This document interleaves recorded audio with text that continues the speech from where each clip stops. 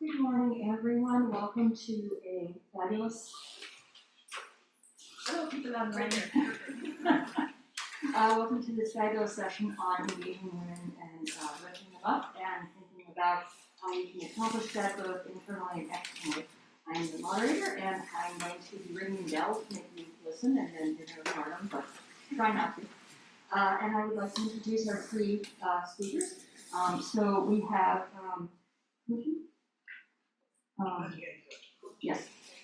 Genko Rainwater, she, her pronouns, who comes from a deeply religious Christian family, and she did go to Bible school, but she realized that that was not her path, and became a solitary seeker, during which time she married, had 2 children, divorced, and then came out as a lesbian. So she has run the gamut of female roles. She found her path and has been practicing at Dharma Rain Center since 1999 and living at Dharma Rain since 2005. She received transmission from Godwin in 2013, and she currently serves as the sewing master, head of housekeeping, Kento, and coordinator of the prison program. So, thank you for having a free moment. Kaishin Victory Matsui, she, they pronouns, is a Soto Zen priest at the Brooklyn Zen Center. She received ordination from Reverend Koshin Gregory Schneider in 2022. She's gay, mixed race, and 4th generation Japanese American. She currently serves as the director of Ancestral Heart Temple in Millertown, New York, Brooklyn Zen Center's residential training temple. And she has lived there since its founding in 2019. She is the co-chair of the BZC's BIPOC Leadership Council and a member of the Ancestral Heritage Council and the Undoing Patriarchal Group. She's interested in social engagement and Buddhism practice, and also very busy, and again, thank you for taking the time. And finally, we have Konjin Godwin, who's the abbot of Shunji Houston Zen Center, where she has served since 2003. Since 2018, she has also served as the director of Soto Zen Buddhism North America International Center, based in Sokoji in San Francisco. She received Dharma transmission in 2005 from Tenshin Reb Anderson Roshi in the lineage of Shuzuko Rusi. I did not speak this morning, I apologize. She trained monastically at Tasahari Zen Center in California for more than 12 years and also trained in Japan. I'm not going to try because I've already proven I can't say words that I don't already know. Houston Zen Center is a diverse urban center dedicated to supporting both lay and priest training in an urban setting, as well as a rural center outside of Houston, and you are in charge of all of that. So thank you, everyone. The panelists are going to speak, and then they will talk amongst themselves. Well, they'll talk to each other for you, and then there will be a small group exercise and discussion. Thank you. It's so nice to be here. And we realized that what a great good fortune to live in we have 3 generations of women speaking to you. And what we were hearing. So we have 3 generations of women here, and our experience. We want to talk to you about our experiences, basically. And our task was elevating women's voices. Now what? We seem to have made significant strides in addressing gender equity, but have we really? Continuing to elevate women's voices is key to our future relevance and resilience. So we will discuss the progress we have made, the challenges we still face, and where we're going next. It's a big challenge, but the issue of women's voices is what captured my attention, and so I want to speak to that a little bit, my experience, because it's our experience as women that people, all of us, are paying attention to. That's how we will figure out how to elevate women's voices and take care of women. What's our experience? So I am of the generation of, so a few of you maybe in this room are in the same generation, but when I was a child, you never heard a woman's voice on the news. You never heard it. You never heard a woman's voice as a newscaster. You never heard a woman's voice on the radio. In fact, the explanation was that women's voices couldn't be broadcast by the radio. There was something with frequency that didn't work. And so I'm kind of scientifically minded, and I was already suspicious of that. So, but that, there were many stretched reasonings to justify the absence of women's faces and voices in my childhood. And I also grew up in a time when the clothes we wore was strictly enforced. We were not allowed to wear pants at school and things like that. And yet we all played on the jungle gym and things like that. We got to play wearing these ridiculous skirts. So anyway, now I'm back to wearing skirts. So that was my childhood. But then in college, I got to join, so I guess I'm second wave feminism. And so I was immediately a feminist, and I got to go to consciousness-raising groups. And one of the formative influences of consciousness-raising groups is you get to witness what happens when somebody's consciousness changes. You get to be in a group, watch your own consciousness change, but then watch somebody else who's come to the group. I saw this many times.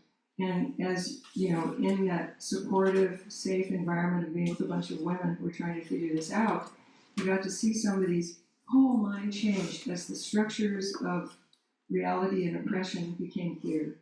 It was super cool. And also in college, I was an anarchist with doing situationist actions. And situationism as a form of anarchism means you go and do things that try to surprise people and wake them up. And then they see things from a completely different perspective. And then they will be free. That, in college age years, I was just convinced this would happen. You just wake people up, shock them, make them look at things differently, and then they will be free, the world will be safe, and everything will be good. So that was possible to believe when I was 20 and 21, and then it isn't that easy. And then, briefly, spirituality came back into my life as a need, felt need. I needed this thing. And since I'd been raised as a Catholic, I did consider becoming a nun. And I would go to Mass, especially when I was traveling. I'd go to Mass in beautiful churches in Italy, for instance. But you notice there are no women there. And also, I knew what nuns were supposed to do. Nuns are supposed to serve selflessly, expecting nothing, having no position, and you will never see a woman in a position of power in the Catholic Church. I mean, they're powerful in certain settings, but I saw this, and I didn't want to do that. And then I considered converting to Judaism because my in-laws really wanted me to. I was married to a wonderful Jewish man, so we went to Jerusalem, and there, Orthodox men cannot look at you. They cannot look at you. And you have to go to a less interesting part of the wall. You can't go to the main part of the wall to pray. And I thought, no, I cannot do that. So I was at a loss, really. Basically content and so on, but deeply at a loss. And then somebody suggested, why don't you try meditating on this issue? So I went to San Francisco Zen Center, and in Zazen immediately felt at home. And the other good fortune for me, I feel so lucky in my life, the good fortune was that San Francisco Zen Center at that time had just gone through a huge upheaval where the dominant patriarchal figure had been found finally liable, was being held responsible for some sexual and financial bad behavior, and had been forced to leave.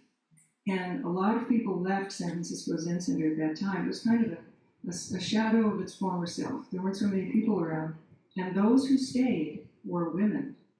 And so the women I saw were like Leslie James, Jojo Pat Gaelyn, Linda Ruth Cutts, Wendy Johnson, powerful women, but really expressing their emotions about this situation and holding the place together. Red Anderson stayed, Michael Winger stayed, almost all the senior men left out of disappointment. So who kept the structure going? Women. It was very impressive to me. And I feel also kind of inoculated against further I felt inoculated and safe because I saw how well they handled that crisis. And then later on, people at San Francisco Zen Center would take some of that knowledge to other places that were experiencing such disasters and help out. But we were a long way from having a good policy. So I really appreciated the ethics policy presentation yesterday and understand the value of having that. So I got to see women in positions of power and hear their voices. I would not have stayed if it had been I don't think I could have stayed as a feminist at that time if it had been completely male dominated, just because where would I fit into such a theme? And then, don't forget.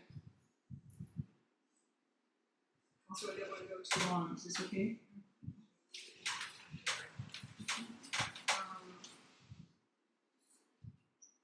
Oh yeah.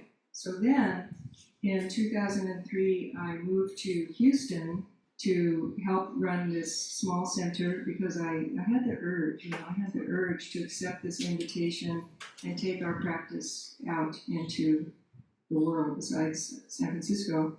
And when I moved there, I felt all the things that were on that list: isolated, wanting to make friends, who was going to support me, and things like that. Although I think the issue of getting support from people and asking for support is slightly different from women, because we need to find support. Another topic. And then I joined the American Zen Teachers Association, because at that time, the SZBA was not active. And when I went to the AZTA meeting, who supported me? These fabulous women, Chosen Bays and Sunyana Graf in the Rinzai tradition, Judy Reutemann in the Korean tradition. When I told them I was trying to start this new center and I was quite perplexed about how to do some things, I loved being there, but those women sought me out to help me. It was super cool. This is what works for us. You might try this. So I have been surrounded by women who see it from this perspective and want to help. So the last thing I want to say is that I'm very lucky to have this position of going back and forth to Japan, relating to Japanese teachers and sanghas and seeing what it's like, comparing what we're doing here to what's happening in Japan. We are incredibly diverse. We have so much going on. And Japanese people are really curious about this. Why is Zen so strong in the West? So looking at the kind of causal relationship, why is Zen so strong and vibrant in the West? I mean, you've noticed that more than 50% of the groups are led by women. Maybe you've noticed that. Why is it so strong in the West? Why is it why is it so strong in the West? Is it causative? Are women being supported because it's so strong? Or is it so strong because women are going out and leading all these groups? Isn't that interesting? You're welcome. And in Japan, one of the things, this last year was a focus for the Shumucho, for the headquarters, on number 5 of the SDGs, the Sustainable Development Goals, which is gender equity. And so I get to go and do things because it's, I'm a representative of something. And I was asked at a conference of 5 men and me, what should we do? There's a declining number of women who want to become nuns. What should we do? There are 5 people looking at me. And I said, I think we should ask them. I think we should ask them what to do. And then I had one more thing. A dialogue with Aoyama Roshi, who's a fabulous teacher, the first woman to be at one of the head positions at one of the 2 head temples, Sojiji. And she said a couple of things that I want to share with you. One is, quote, I don't see gender. I don't think that's the way forward. We have to see gender. But she's so awake. She said, I don't see gender. And she asked, what should we do? And I said, well, men and women have to train together. We have to break down all these assumptions. And that's what we do in the West.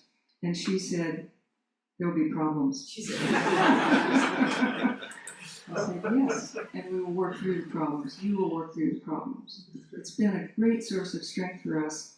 We've always done it that way. And the last thing, I told her about chanting the women's ancestors' names, and she said, is Ryonin on there? Do you know Ryonin? Ryonin in Dry Chokasui is the one who men kept bothering her in the monastery, which really happens a lot. Men kept bothering her, so she took an iron to her face and said, how about now? So that's what Ayama did see gender that far. She said, is Ryonin on the list? And we chanted it this morning. So a little about my experience, and definitely this issue of elevating women's voices is not going away, because it's buried in the structures of patriarchy.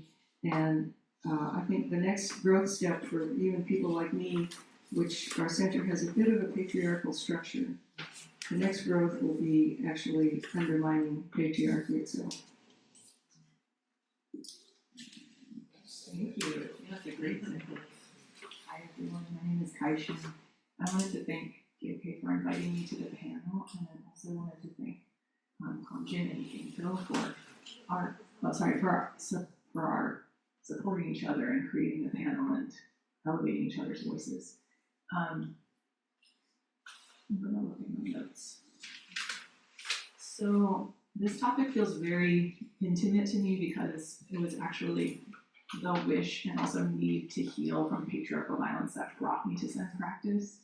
So it was around 2016, and I had just been diagnosed with complex PTSD, and I was looking for a spiritual practice or just a place where I could, honestly, a place where I could just cry and no one would bother me. And when I went to the Brooklyn Zen Center website, I saw that they had these two groups. One was called Undoing Patriarchy and Unveiling the Sacred Masculine, and the other group was called Undoing Whiteness. And so I had this feeling like, okay, I think this could be a safe place to go because they seem to know that patriarchy and white supremacy exist and that these things are not separate from spiritual practice. And so that was enough trust to kind of like get me in through the door. And when I went there, this was sparked by what you just said about Zazen. I loved Zazen so much because it was the first time I didn't feel compelled to smile as a woman. Like I was really struck by this. Like I was like, I can sit down and I can actually like have my own experience that's not about performing something for other people.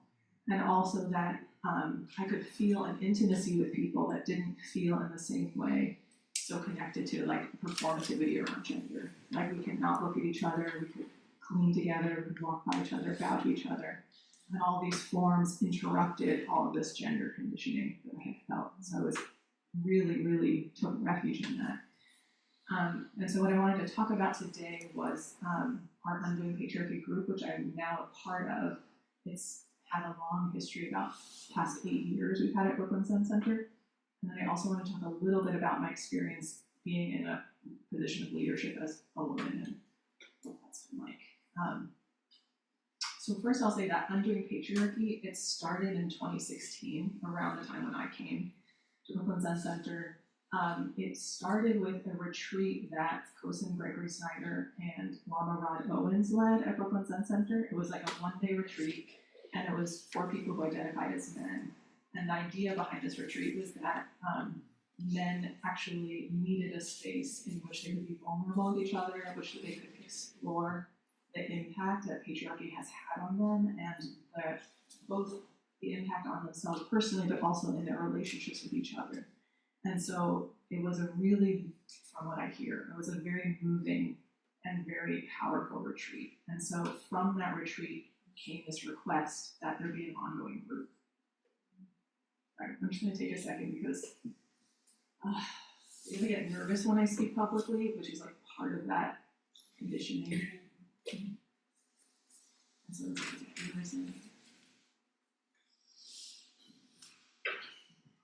so this in-person group formed. It was once a month, and it was a drop-in group. So basically what happened was that anyone could join, and it was held by a rotating group of facilitators that were senior students.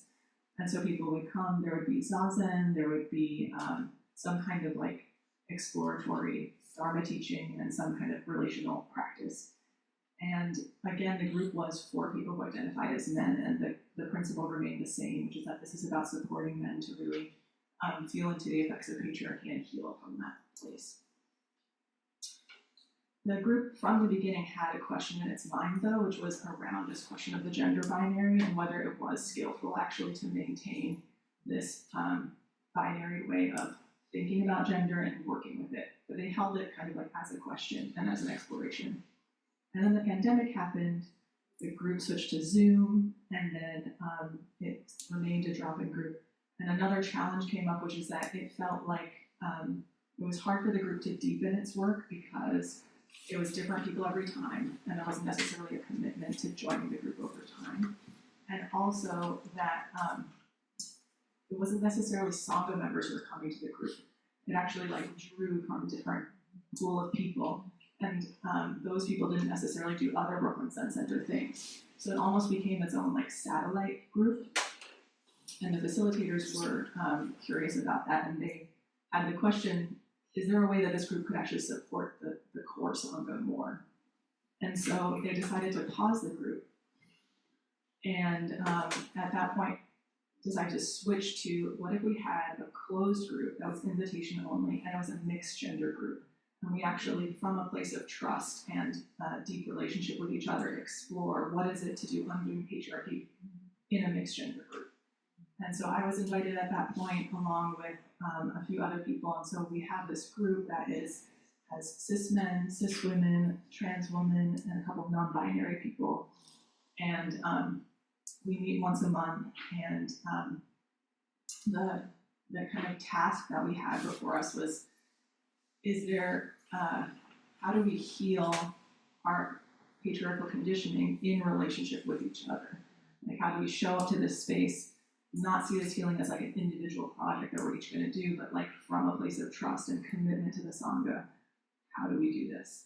And so a lot of our work is just like what's actually coming up between us in the moment, or what's coming up for ourselves when we explore topics around like what happened in our childhoods or what's happened in the Sangha.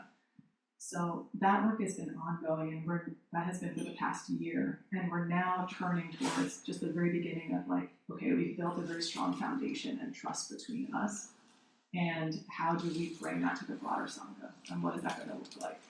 And so that's very much in its infancy, and so I will keep you updated as we explore that.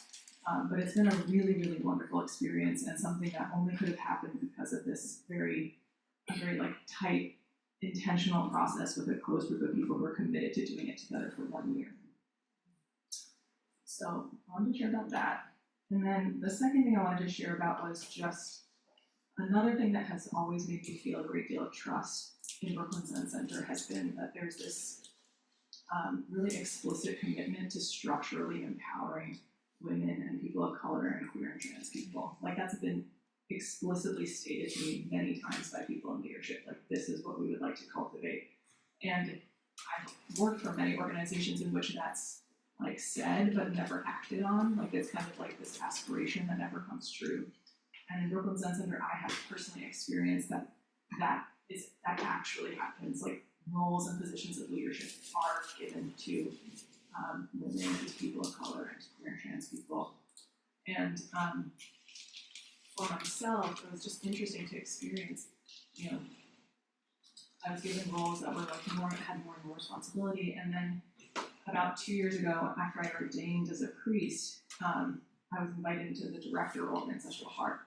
But it was under really not ideal circumstances for anyone, which was that my teacher, Kosin Gregory Snyder, was diagnosed with cancer about 2 months after I ordained as a priest. And so he and his wife, Laura, who was also the co-founder of Brooklyn Zen Center, they needed to leave to go care for his cancer treatment. And so they went to the city, and those of us at Ancestral Heart stayed. Hito was the Tonto, and I was the director, and we just tried to figure it out.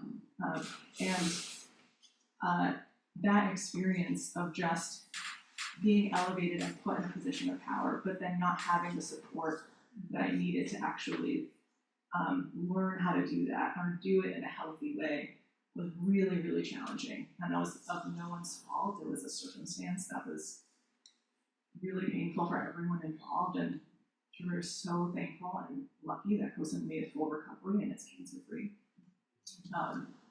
But to say that that experience really, for me, the question is, you know, when we do achieve this goal of like we elevate women or we elevate people of color and elevate queer and trans people, then when you're in those positions, how do we support them over the long term? How do they get the training they need? How do they get the support? And how is support not seen as something that's only needed in a crisis, but is something that is like ongoing? Like that's part of being a leader.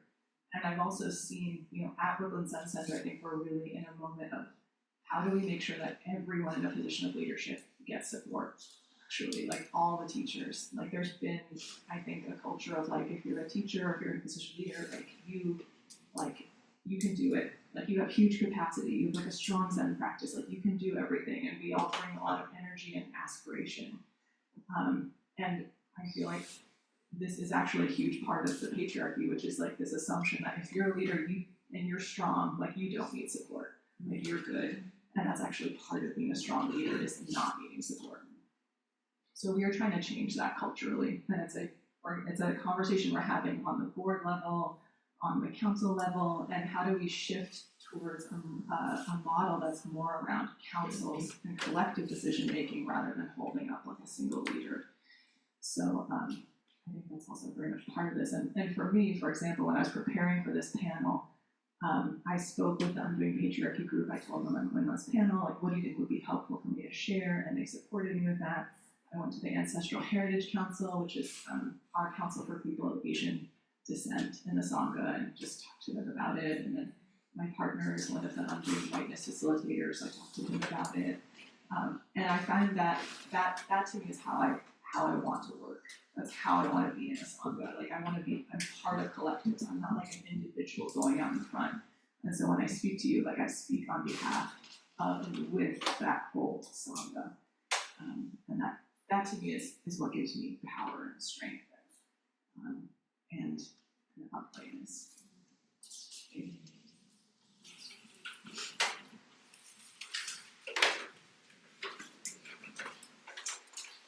Hello, I've been making a few notes and you'll see. Okay, you gotta hold this one close, okay. We'll see how it comes out. Several of the things that I had written down have already been covered, which is nice, so I can focus on a couple other things. One thing I wanted to say about my background is I come from a strong working class family, strongly religious, yes. Also, I have a legacy of a lot of strong working women in my family. So I see women as being strong and able to do many, many things that may or may not be conventionally women's things. Some of them have jobs outside the home, some of them have had jobs inside the home, many of them have had that. And all have been very active in their church. So, and of course I was as a child as well. And very early on, I had a strong urge to do spiritual work. I just sort of knew this is what I needed to do with my life. So I did. I went to Bible college and got there, and it was sort of like, nope, this isn't it. So then I wasn't sure what to do, because that's what I thought I was going to do with my life, and that wasn't going to happen.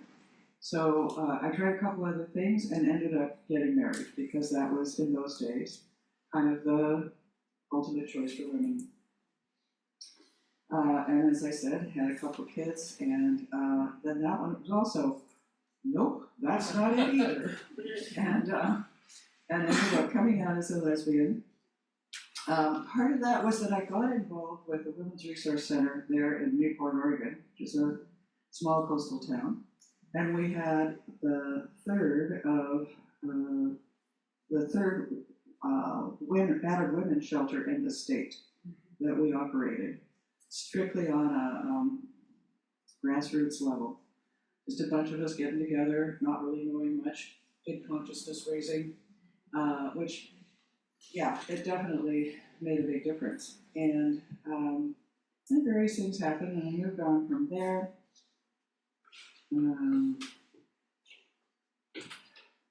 there was this question of how do I join and become part of the, at that point was called the Gay and Lesbian Movement, gradually added more letters as time went on. But just even finding my way into that community and recognizing it as a community, as a subculture, was pretty important for me. I had various jobs because the other big issue is, well, okay, how do I make a living now? Various jobs. I was a typesetter for 15 years, and one of the things that was really cool about that was that when I moved to Boston and then to Buffalo, it took me 2 weeks in each place to find a job. So once you have experience doing that, then it's pretty easy to find a job. In Buffalo, I discovered teaching. I became part of a teaching collective, teaching a women's studies class, and discovered that many elements of my life fit into this academic area. And it was like a revelation. Again, more of an, consciousness raising gives us a sense of system, and academic study gave me an even larger sense of how that works, how some of the societal aspects. One of the things that I remember doing in that class, somebody had created a list, and I believe this may have come from the United Nations, about here's what's really going on with women in the world. And it was astounding, because there was this idea already that, well, feminism, we've met all of our goals and everything's fine now. And when you really look at the reality of what's really going on, everything is not fine. There are still women really struggling, there's higher levels of poverty, et cetera, et cetera. I'm sure that if you compiled such a list today, and that may be out there, I don't know, you would find a very similar situation. And when Genko presented that straw poll and just how things went in terms of looking at the difficult situations that we faced with SCBA, it was really, really clear. Women's voices are not being heard. Women are still, being thrown under the bus, basically. So that was pretty important for me to understand that things can look better and not actually be better.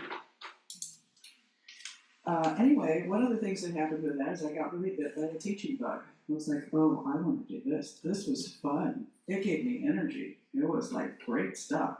And of course, I still didn't have BA, let alone a master's degree. So moved back to Portland. My oldest son turned 18, so my child support payment was cut in half. And the first thought I had was, I can go to school. So I did. I went back to school, got my bachelor's degree in general studies, but also a certificate to teach ESL. So that gave me another job opening there.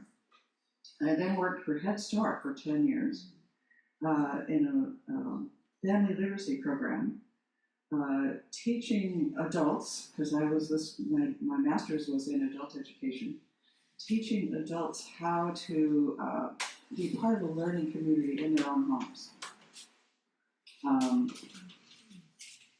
So one of the things that I found was, I really get into, fine, it's great to have people come to classes, but it's also really wonderful to take teachings to them in their own places. It's just part of what I do in my prison program now. And it feels like pretty important work. When I found Buddhism, I began to find wholeness and authenticity, which were things I had recognized as being something I really needed to find. I began to find my own voice. I found tools for working with all of the karmic crap that I was up against and beginning to be aware of. My teacher, Gaelyn, was absolutely incredible in terms of being able to support me. But the fact is, all of our teachers at Dharma Ring have been very helpful and supportive. One of the things I will say about Dharma Ring is that my experience of it from the beginning has been that there is a lot of egalitarianism in terms of gender. Some of that comes from the fact that our founding teacher was Geo Kennett, a very strong woman, teacher. Gaelyn and Genko were full partners in the work that they did at the Zen Center. We have many strong women's voices in power at this point, Sally Genko Tisdale in particular, but many others as well, in different ways. And then I wanted to allude a little bit to Kaishin speaking about this changing in models from the sort of strong leader to a council process. For us, or a council system. For us, we found that it became necessary to do that as we grew. When you reach a certain threshold of numbers, the person at the top can't keep track of everything. It's impossible. And so Genko went to CCLA and also looked around at some other stuff, but with other religions too, and just even Buddhism, but also discovered, I guess, it needs to be a more program-based or council-based system. So that's where our switch to that model came through. And that has created wider possibilities for people's voices. In addition to the councils that we also have these various committees that have sort of sprung up and become part of how things work. So we have a teachers group, we have an ordained group, and we have an officers group. And they each have different functions, but particularly the teachers group and the ordained group are there strictly for support. They're not there to make policies or make, those kinds of decisions. And that's been a very important part of how we operate. We also have cohort groups, so people can get together with other people. They're like affinity groups, basically to talk about. So I have a queer cohort group that I facilitate, and a prison support group, and then there's some others that are beginning to happen a little bit more. It gives more people an opportunity to speak with each other and be heard. Some of the things that I'm seeing also is that we have a lot more young people. We have a lot more queer people in various flavors of queer. I find that for myself, it's really important to support everyone's efforts to be whole and authentic. But to me, that is Dharma. That is what I have found in Buddhism to be one of the most important things that has allowed me to become who I am and to become the person that I want to be, which is someone who can exercise wisdom and compassion and supporting other people and be who they are. Maybe I'll stop there.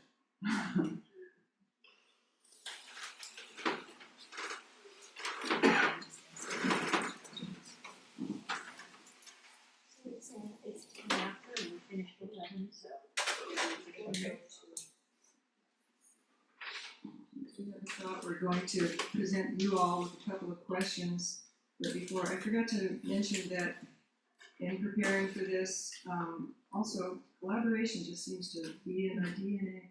I asked people to answer some questions for a little survey, a primitive survey I did. Everybody at Houston Zen Center answered, and a bunch of you guys put in some replies, responses, and it was very interesting. Everybody actually thinks their own center is doing a good job at elevating women's voices, but a number of people said they don't personally feel invited to speak. And several significant responses were that they expect their Zen center to lead the way. So I just want to say that they expect us to be in the forefront of changes like this. Isn't that interesting?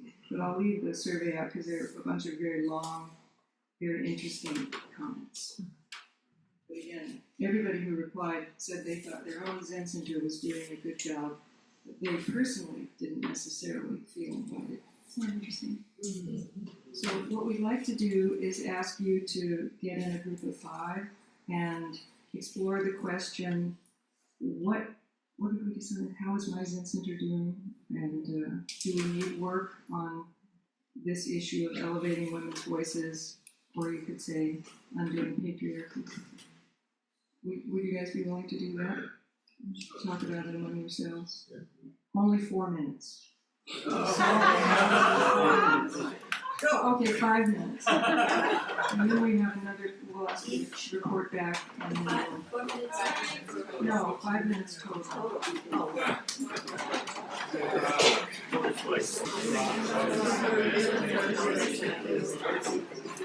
And if you raise your hands and have a comment, I'll bring the mic to you so that everyone can hear.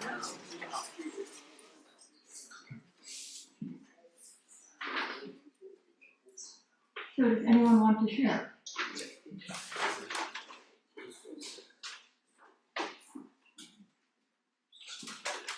Thank you. So, well, Konjin Roshi shared a lot about the history of San Francisco Zen Center and how it elevated women. And I think at the abbatial level or the senior level, that is true, that there's a consideration on who fills those roles from the point of view of gender and race. However, there's nothing systematized, and as an organization, we have never done the work in the way that we've been trying to do it around race. And we also, that's the only one we've basically been attempting to work on over the years. And while when I was president in particular of San Francisco Zen Center, I felt deeply supported on a one-to-one personal, emotional level and appreciated in my work. And people would say yes to my initiatives, even when they didn't understand, they would show up. But where it wasn't supported, and this is structural on another level, is everyone is completely overworked and no one has the time, so it's very difficult to reflect and to make those connections like what Konjin Roshi was talking about, of being in a consciousness raising group and watching the lights go on. There isn't the space, the energy, where people will come for once, but then it doesn't endure. People aren't taking it back to their areas because they don't have the time and energy to think through it. Sounds helpful. We look forward to hearing more. Do you think that has anything to do with, we can elevate different groups, but if the structural changes haven't happened, like the patriarchal structural change, a lot of our groups still have that as the bones of the organization. And then the person in the role of leadership is blamed, or not even directly blamed, but it's like, this doesn't work, you don't work, or this project We use the doesn't microphone. work. So what happens if it's not supported on those deeper levels is if someone is elevated to that role and their initiatives don't go through, then you can say, oh, those initiatives aren't working, or you can say that person is not right for that role. Yeah. And remember to keep the microphone close to your mouth.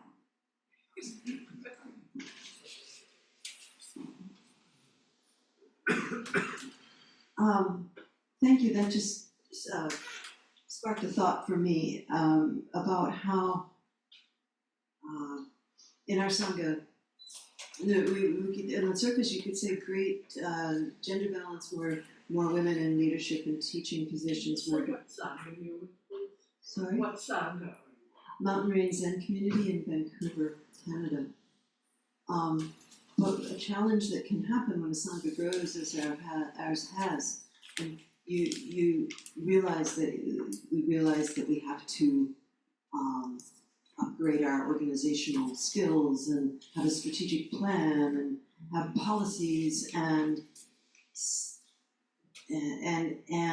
the patriarchally rooted structures are what we are instructed and urged to adopt. And we did that during the pandemic where we were doing it on Zoom squares, and we sacrificed some of those deep listening, hearing of voices in the push to rise to our growth needs. Yeah, and I feel like we need to restore some of those ways of hearing voices. Yes. Such an excellent point. Thank you. Because like what I referred to in my early days of practice was it was so empowering to see the faces of women in position, but we don't have enough examples of groups run in a non-patriarchal way, for instance.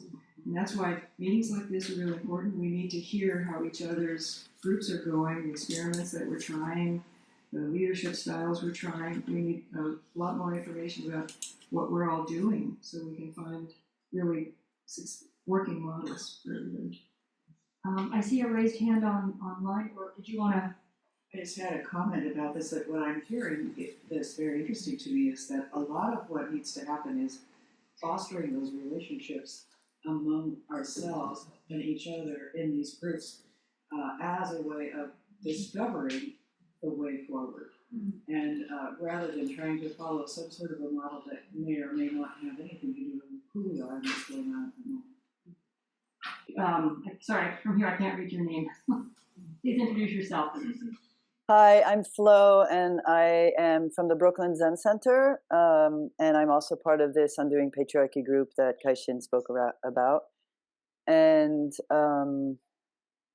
I guess my experience of our Undoing Patriarchy group in particular is, so it's a group of us we know each other very well, as we're all students who've been around for at least 10 years, and what I found was that even in this incredibly trusting environment, we're seeing unfold all of these little things that we're watching, and because we've created a really an amazing container together, and we have such trust in each other's practices, we're actually able to kind of let it come up and then work with it, and then and then we realize together, like, oh wow, like that's then the transformation starts to happen. And so it's fascinating to me that we can write all kinds of guidelines and we can do all kinds of things, but it's really like this work of coming together and being willing to be vulnerable together and explore together. In the same way, I think of studying a sutra would have a similar, create this Buddha field of the grounds for transformation. And I just want to say, like, for our Undoing Whiteness program, if you are a white person who asks to take the precepts at Brooklyn Zen Center, you are asked to do this program. And because this is our way also of making sure that anybody who's wearing a rakusu has gone through a certain level of understanding of our societal strains and societal strands and strains. And anyway, it's a really wonderful way of being together and of trying to look at how we dismantle these. And there's also mixed generations, so that's also really interesting to do it together. And so we have one more person online, and then I'll go back to the room. Hi, thank you for all the wisdom that you're bringing here. Really appreciate it, and for your teaching, everybody on the panel especially, and in the room. I'm Hosui Vasan. I'm in Kingston, New York, affiliated with the Mountains and River Order, Zen Mountain Monastery, and I'm on the board. And one question I have for you all is around the what I'm noticing in some of this work that we're talking about, because we're doing it too, and we're also looking at ways to guide and support our communities, both through official kind of policies, because as a board member, that's part of my job, and kind of more spiritual guidance around how to be in community together and around power dynamics, and particularly male, what I prefer to call male dominance instead of just patriarchy. Honestly, it feels more honest to me. And that's present in our culture and in our spiritual communities and traditions. So one thing that I'm noticing is that there are different needs for a residential community, and there are different needs for lay people coming in and out of a residential community. And that's an area that I'm working on navigating and trying to support. I'm a lay practitioner. I've taken Jukai. I've been practicing for going on 20 years. And we have a really strong and vibrant residential community in our monastery and our temple.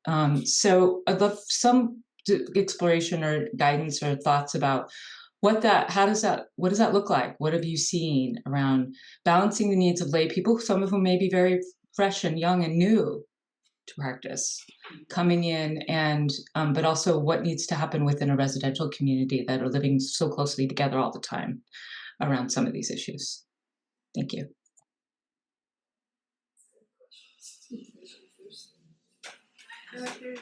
What is her position on the board? I'm the board chair. Thank you. First of my kind, by the way. Am I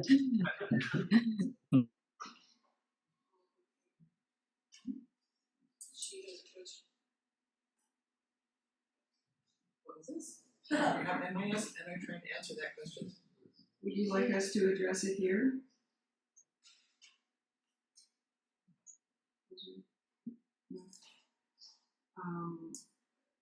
How do we support, in a residential practice center, how do we basically support the lay practice and the residential? How do we acknowledge the difference between those two types of practice? I think that's a fascinating question, because so far the monasteries are holding the tradition very strongly, and the lay people are coming in and out of that. I would say I just that's a really good question. It is one that I think we struggle with, that we have a small residential container as well as a large lay community. I don't know that we have addressed that specifically in that way,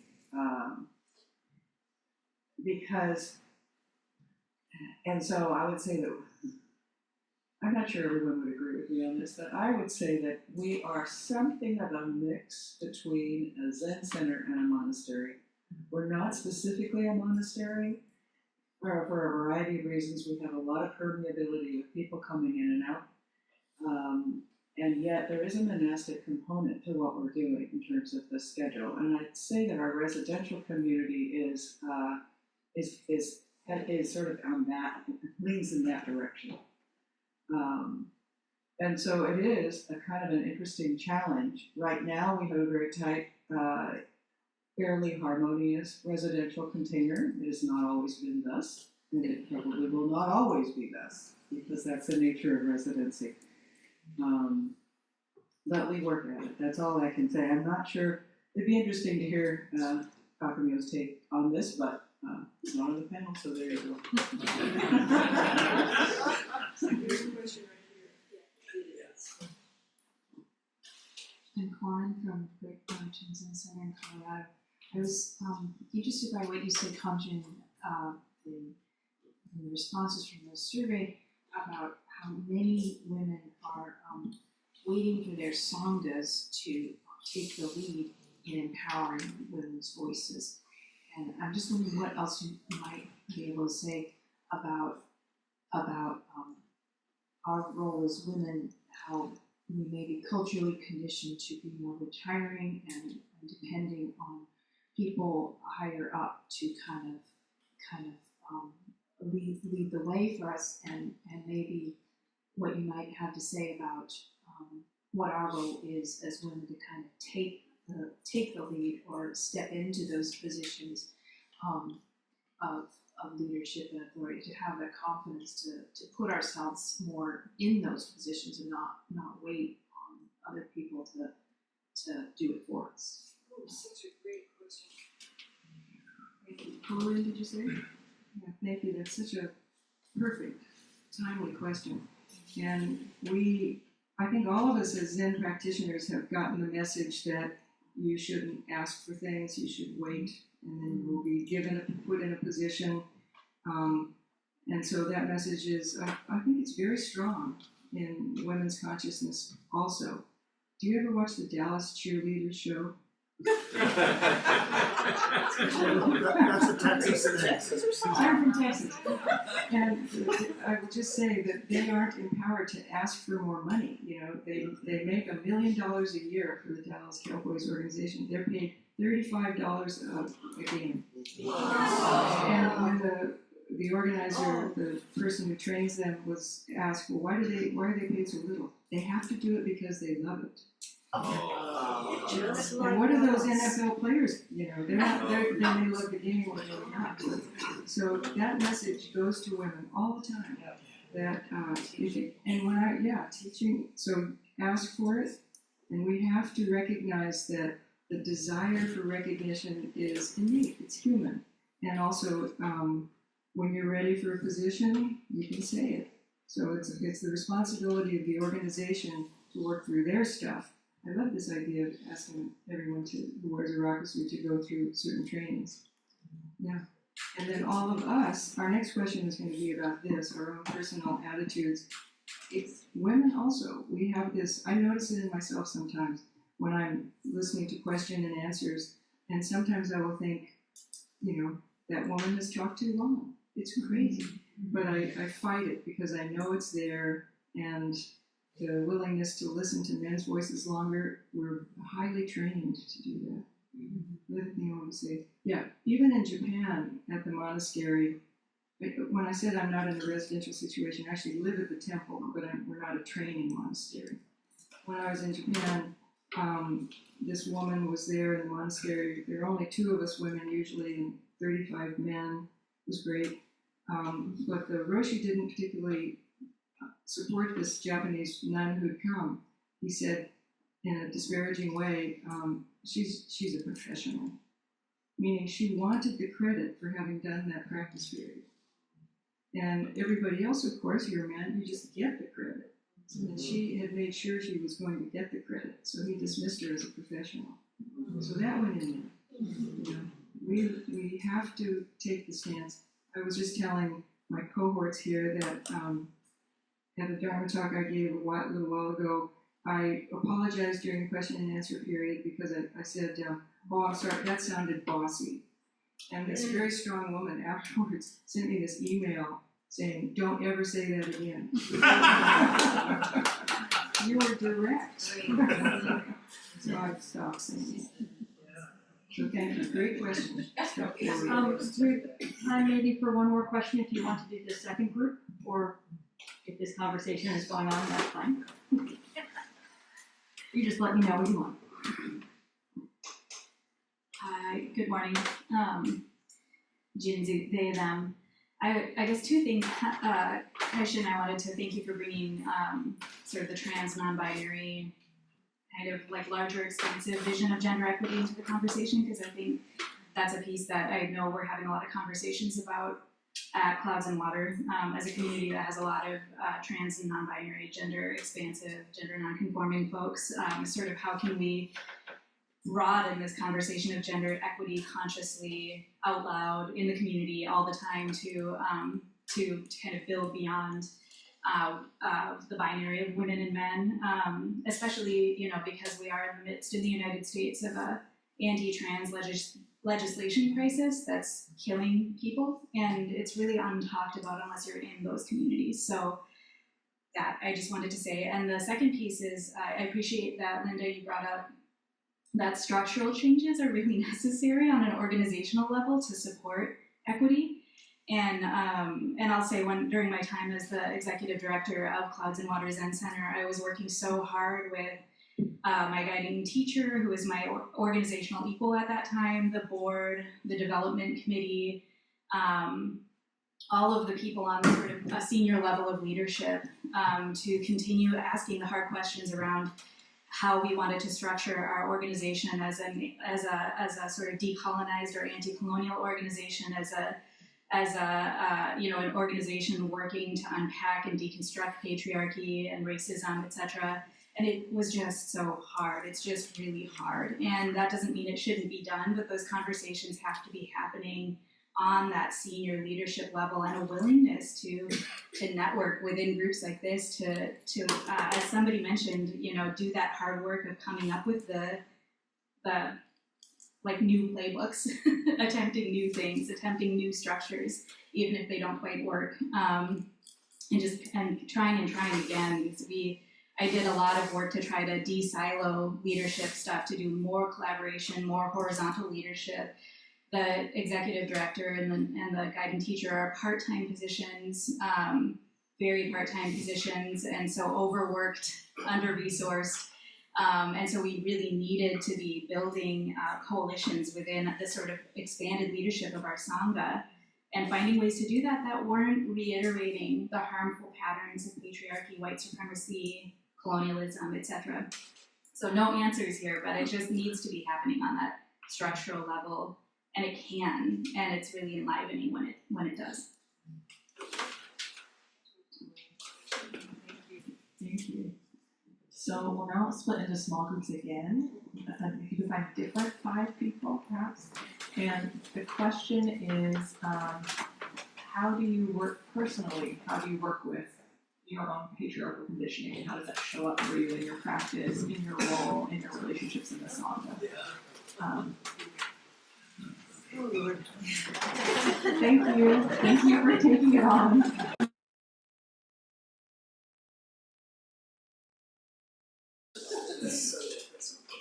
Oh, well, are you joining? I want to expand on something you said, Soren, where I neglected to say, when I said women can step forward, it kind of puts it all on you. I neglected to say that a few people also mentioned that there should be a quantitative effort. People, count the number of people on committees, it should be balanced. And one person said, they gave us a really complicated instruction, don't make a big deal, but make sure there are an equal number of men and women teachers and so on. But don't make a big deal, so there won't be a backlash. And then several people said there aren't enough books by women authors. So, Can I ask you a little question about that? We're talking about women's voices. We're talking about women's voices, and the periodicals are doing pretty well. I think they make an effort. But when you look at books, or at least in my lineage that I'm aware of, you know who's written the books of the senior teachers. I mean, I haven't done a count, so don't hold me to this, but that's my feeling, my observation. And I'm thinking, what is it the women, where's the energy, the women's energy going that could be in editing that book and getting it published? and one of our members has a practice of giving a Dharma talk, and he always quotes the same number if he refers to texts. He always quotes from the same number of female authors as male authors. And sometimes he has to work hard, but he always makes sure women's writings are quoted. Other questions? This is Gyakudo, and I just wanted to say how important it is for me personally, I'm sure for many people, that in SCBA this theme of undoing patriarchy is central. All religion institutions are very patriarchal, and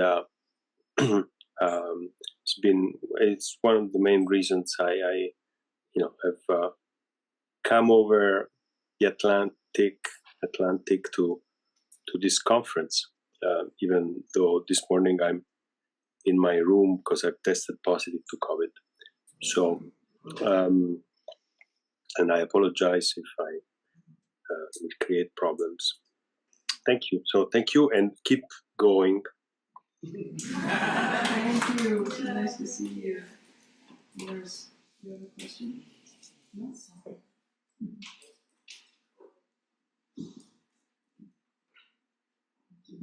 I just wanted to mention something else that came up for me was that in women's voices, I think it's important for women not to masculinize themselves or try to be men, in power, to think that a position of power means they have to be like how men are in power.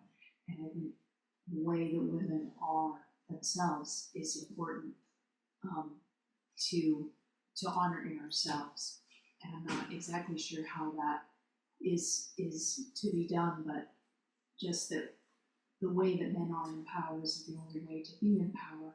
And I really valued the things that the panelists brought up about collaboration and relying on each other for support, listening, getting the support and voices of the whole center. And I feel that that's kind of maybe more of a feminine way of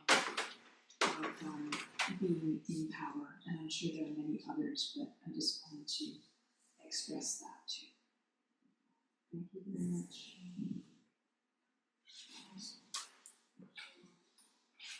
Thank you, Sean from Zen Mountain Monastery. And I wanted to jump on what Corin just shared and also refer back to Kaishin when you were speaking about collaborative leadership. And I feel like that's something that's very live for me as I'm stepping more and more into leadership in my own Sangha, and then feeling how differently I lead from the men that I work with and the questions that come up for me. Also wanted to just mention we were in the midst of an ongoing experiment in our Sangha where we, in effort to create more horizontal leadership, we created a leadership body, a new leadership body where the sort of barrier to be part of it is much lower than for the board and other things, in hopes of bringing more diverse voices into leadership. We call it the Sangha Harmony Advisory Council, and we hired some amazing facilitators to come and do an initial training with them to give them sort of collaborative leadership skills. And one of the things that's been so interesting about that group is how slowly it's moving and how like impatient I feel myself and also within our Sangha, because they're doing everything horizontally where there's no sort of key person. And people will be like, Shaq, is that even still happening? Like, because their process has been so organic and really relational in terms of how is a decision made. And so I just wondered about that and was curious about your experience where you bring in more collaboration, how that changes outcomes and how that sort of shifts the whole paradigm for what we look to when we look for result, you know? So any thoughts that you have about that would really appreciate hearing.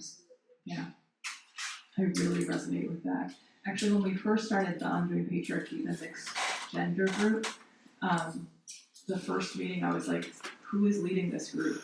Like I was like, can someone please like direct this group? Like I would like for someone to like have a vision that we can like move forward with, as we can all know our roles in the group. And so that's really strong in me. It's like I would like there to be a leader, and I would like to follow that, and I'd like to get things done. Yeah. And we decided that we were going to do this more like decentralized approach, which I still also it was like positive that like it's actually anti-patriarchal to have a decentralized approach, right?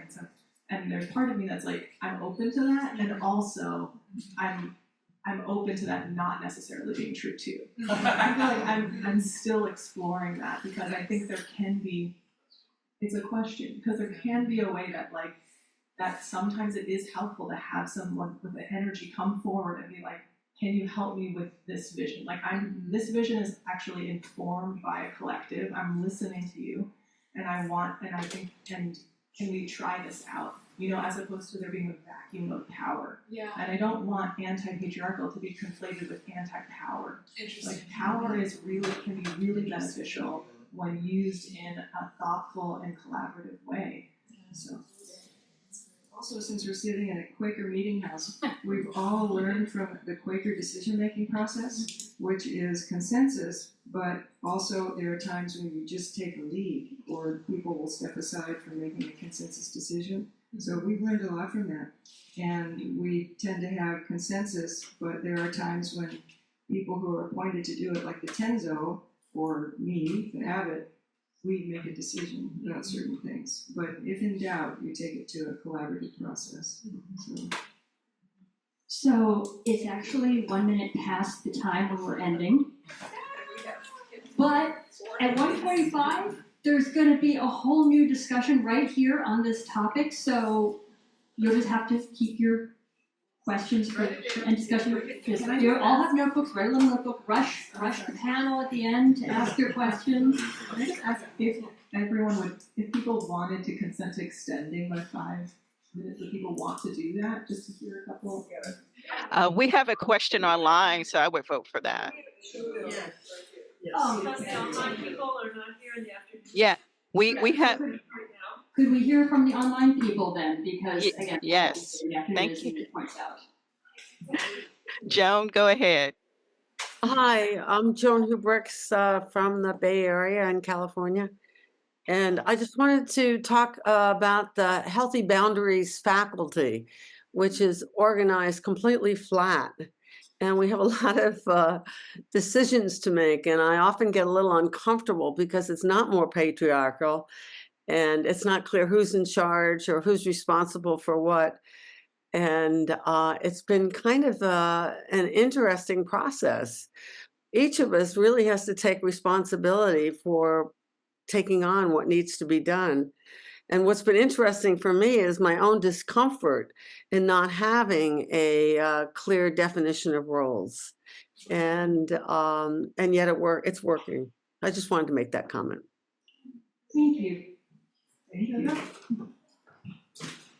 So I spent quite some time learning consensus, and I know how to do it with 100 people, no problem.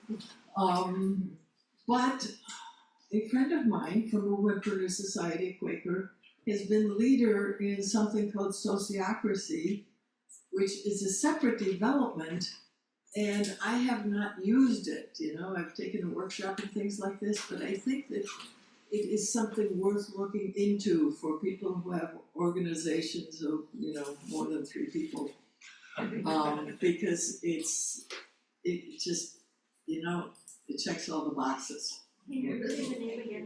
Sociocracy, SOCIOCRACY.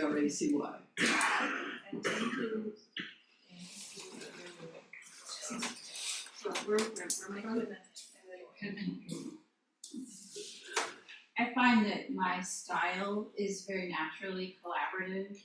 I need to hear a lot of different perspectives before I come to a decision, and I really appreciate that. And like I said, need it, not just want it. So that's how I work. And there's always a leader, whether they are the overt leader or they are leading from underneath. And in my experience working collaboratively in mixed gendered spaces, if there's not a clear leader, then this is my experience, the men come in and lead from underneath. And I'm not even aware of that sometimes. In one case, a man actually created a subgroup that was meeting separate from the official group. And I didn't become aware of it until they came in and did a takeover. Oh, wow.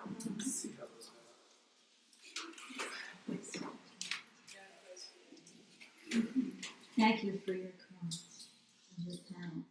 I'm not sure how to ask this. Sometimes when I'm in a situation and I realize that patriarchy is rising to consume me, I wonder if I should call it as it is.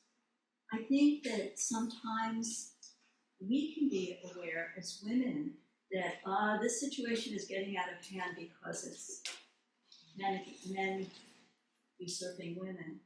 But I don't know if the men are aware of it. And I'm not sure how to bring that. I think it's almost like a secret sometimes, and that doesn't really profit anyone because unless it's out in the open, it can't be solved. So I'm not sure how to bring that, especially on a one-to-one, to say something like, are you aware that you're acting, that doesn't seem very useful. But how do you bring that to a situation where someone might be kind of gender blind? The 5 principles of right speech. Is it true? Is it helpful? Is it the right time? Is it broadly beneficial? And does it come from a loving heart? So and we can do a survey and ask all the male identified people in the room how they would like that kind of feedback. Because I'm not sure I want to really hurt people in public. You know? I don't want it. So there are different times, different ways, but maybe we'll do a survey. We'll send a survey to the audience. How would you like to be told that you're doing something, you know, As directly as possible. Well, I also just want to say, I mean, generally when I do that, because I actually do that often, like, because that's part of our culture, is one-on-one conversation around social conditioning. What I will just start with is like, this is my experience.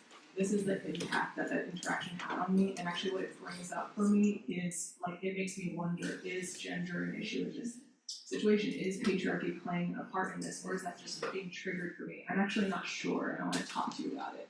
So it becomes like a conversation and an inquiry, as opposed to like, I know for sure this is what's happening, and I'm telling you. And then I ask the person, like, do you think that patriarchy had a role in this? Or like, what was going on for you? And often I find out many interesting things. Things I had no idea were going on. Actually, there's something about their relationship with someone who looks like me, or like, you know, whatever. There's so many things that I can't predict. Or they're like, actually, I feel an age thing happening, or I feel a class thing happening. So there's just, to me, it's about the intimacy of that conversation as opposed to telling someone. So, there is another group meeting in just 15 minutes, so I really would like to save the discussion here, which will be starting at 1:45 in this room. It can be continued then, but to be fair to people who put together time for another panel, I don't want to keep this going much longer. Thank you all very much. Thank you.